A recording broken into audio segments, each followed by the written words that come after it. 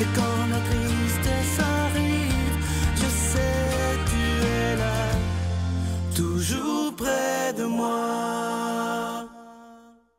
Bon jeudi, bienvenue à votre émission La Victoire de l'amour. J'espère que le sommeil a été réparateur et qu'on est en forme ce matin. Comme on le fait tous les jeudis, on rejoint notre ami Pierre-Luc Bordelot.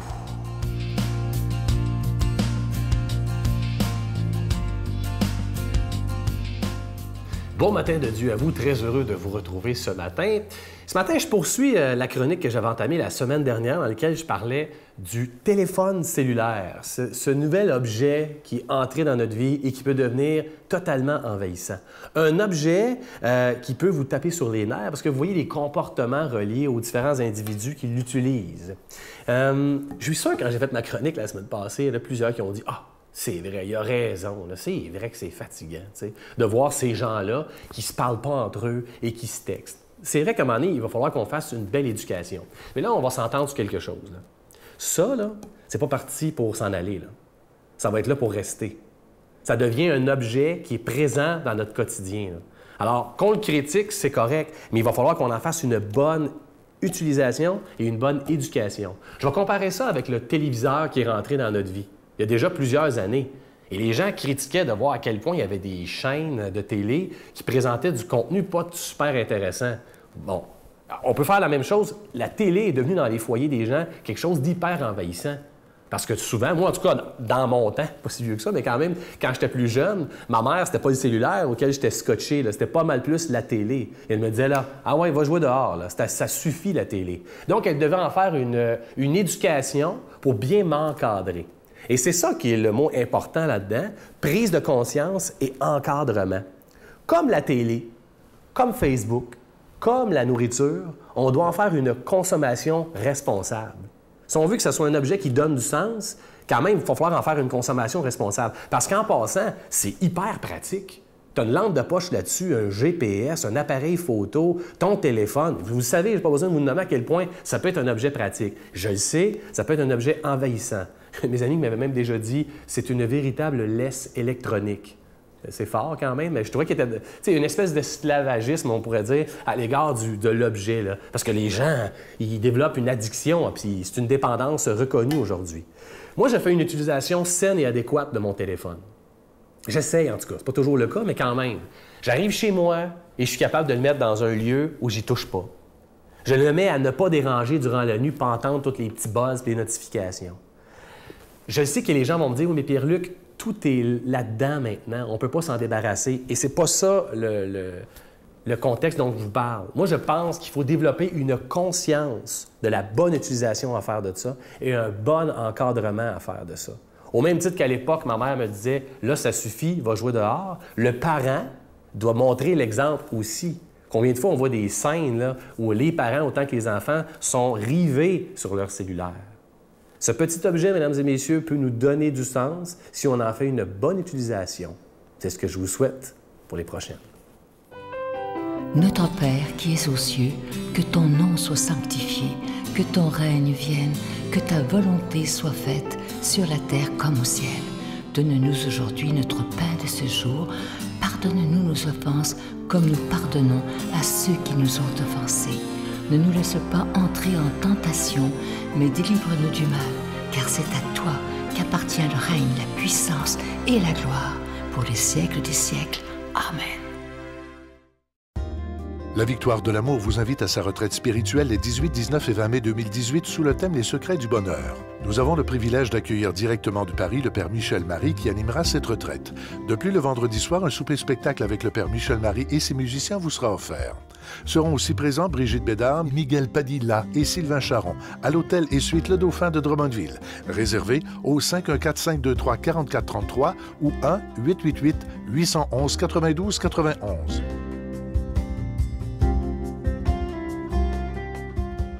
Je suis tellement content de vous parler de ce beau cadeau du mois. Regardez-le bien à l'écran, c'est d'une beauté incroyable. C'est un véritable bijou et ça commence bien l'année 2018. Il s'agit du pendentif de la prière de la sérénité. Il est plaqué or et déjà béni et c'est vraiment incrusté dans le métal. C'est de toute beauté. C'est fait avec une grande précision, si vous le voyez bien à l'écran. Et pour ceux qui ne connaissent pas la prière de la sérénité, je vais vous lire ce qui est écrit sur le pendentif. « Mon Dieu, donnez-moi la sérénité d'accepter les choses que je ne puis changer, le courage de changer les choses que je peux et la sagesse d'en connaître la différence. » Si on pouvait juste mettre en pratique cette prière-là en 2018, nous serons assurés d'être heureux et moi, ça, je vous le dis. Se dire cette prière-là tous les jours, ça fait tellement de bien. Alors, je vous rappelle que c'est avec un don de 25 $ et si vous en voulez deux, parce que ça se donne vraiment bien en cadeau, c'est avec un don de 40 $. Je vous donne l'adresse. La Victoire de l'amour, casier postal 120, succursale Boucherville à Boucherville, le J4B 56.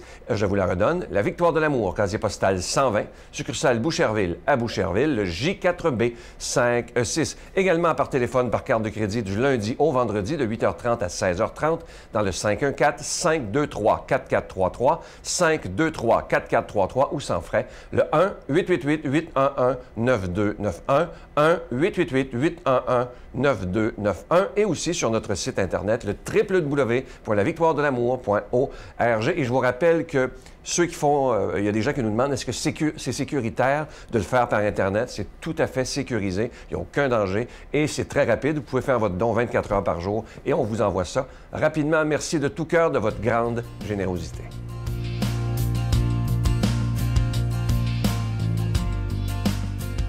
Mon Dieu, donnez-moi la sérénité d'accepter les choses que je ne peux changer, le courage de changer les choses que je peux et la sagesse d'en connaître la différence. Amen. Aujourd'hui, la parole de Dieu est proclamée par quelqu'un qu'on apprécie beaucoup, l'abbé Éloi Giard.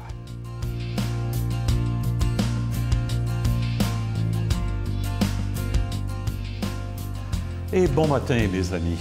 11 janvier.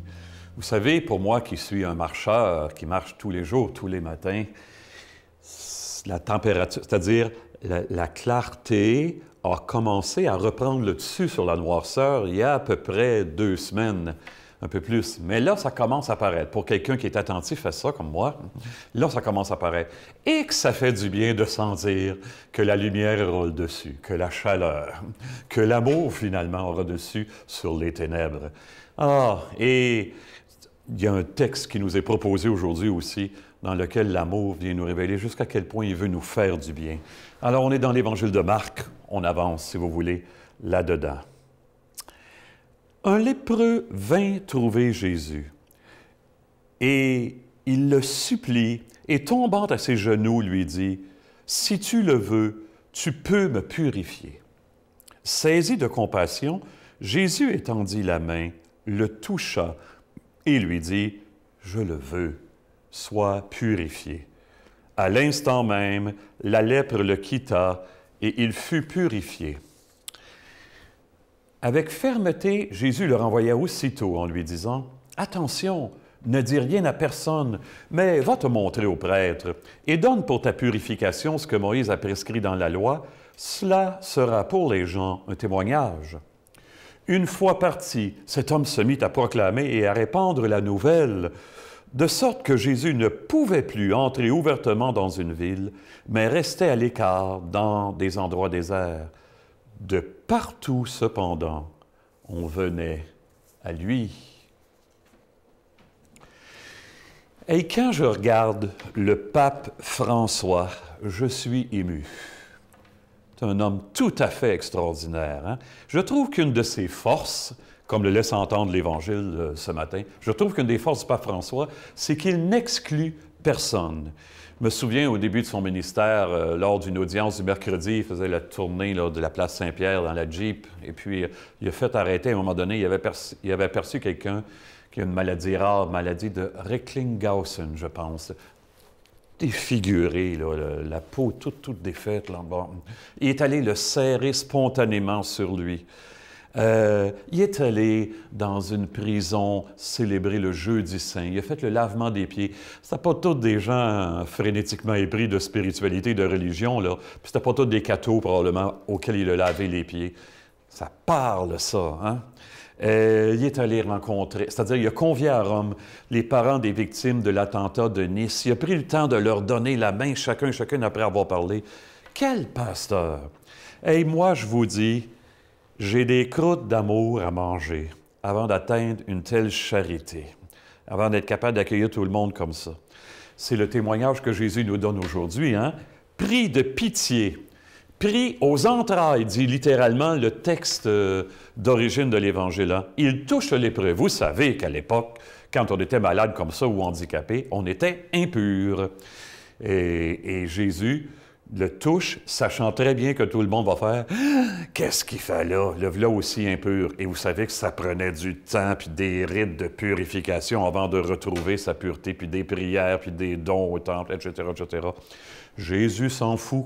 Ailleurs dans l'Évangile, il prend un sourd-muet, puis l'amène à l'écart. Tout le monde a fait « Voyons, qu'est-ce qu'il prend? Le voilà impur. » Jésus guérit, passe à travers de ça.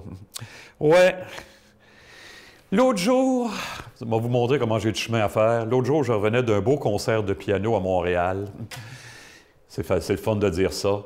Je descends de ma voiture, il est à peu près 11 heures du soir, j'entends la voix d'une jeune femme. « Monsieur, peux-tu aller me réchauffer dans votre presbytère? Mon copain n'est pas venu me chercher, ça fait 2h30 que j'attends. » Je la fais entrer, elle avait l'air tellement misérable. Et évidemment, elle essayait de rejoindre son copain, puis ça ne fonctionnait pas. Elle demeurait à 25 km de chez nous. Bien sûr, j'ai dit, je vais aller te conduire. Mais ça ne faisait pas mon affaire tout de suite, là. Ça me dérangeait profondément. Mais, qu'est-ce que vous voulez? Il y en a des exclus autour de nous. Et ça m'a donné une très bonne leçon, en revenant d'entendre du beau piano, de m'occuper aussi des vraies réalités autour de moi. Hein? L'Église donne un beau témoignage sur la planète, vous savez ça. Hein? Qui s'occupe le plus des gens qui ont faim, qui n'ont pas de logis, qui n'ont pas d'hôpitaux, qui n'ont pas d'école? C'est bien l'Église. Hein? L'Église qui n'exclut personne. Quelqu'un est venu me dire l'autre jour, « Hey, l'Église excommunie. » J'ai dit, un instant, mon ami, c'est pas comme ça que ça fonctionne. Quand l'Église, on entend dire qu'elle excommunie, qu'est-ce qu'elle dit? Elle dit à la personne, par ta manière de penser, par ta manière d'agir, parce que tu dis, tu t'es placé en dehors de la communion de l'Église. On le reconnaît officiellement. C'est pas l'Église qui excommunie, c'est la personne qui s'est placée en dehors. Et l'Église, pour inviter la personne à réfléchir, elle va dire, oh, fais attention. Hey, on est capable, nous autres, de se faire proche un peu plus de tous ceux qui auraient tellement besoin, justement autour de nous, de sentir que l'amour existe. Comme Jésus, ne pas avoir peur de les toucher, qu'il nous soit donné de toucher de toutes les manières les gens avec des souffrances autour de nous. Ils en ont tellement besoin, puis dans le fond, nous autres autant qu'eux, pour nous réveiller. Que nous soyons bénis en ce sens. Au nom du Père, du Fils et du Saint-Esprit. Bonne vie, bonne journée, à bientôt tout le monde. Je vous salue Marie, pleine de grâce. Le Seigneur est avec vous. Vous êtes bénie entre toutes les femmes, et Jésus, le fruit de vos entrailles, est béni. Sainte Marie, Mère de Dieu, priez pour nous pauvres pécheurs, maintenant et à l'heure de notre mort. Amen.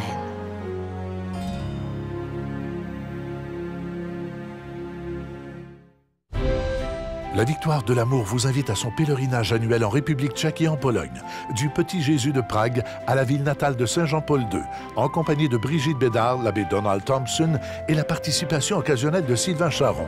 Nous visiterons entre autres les villes de Prague, Cracovie, Auschwitz et plusieurs autres.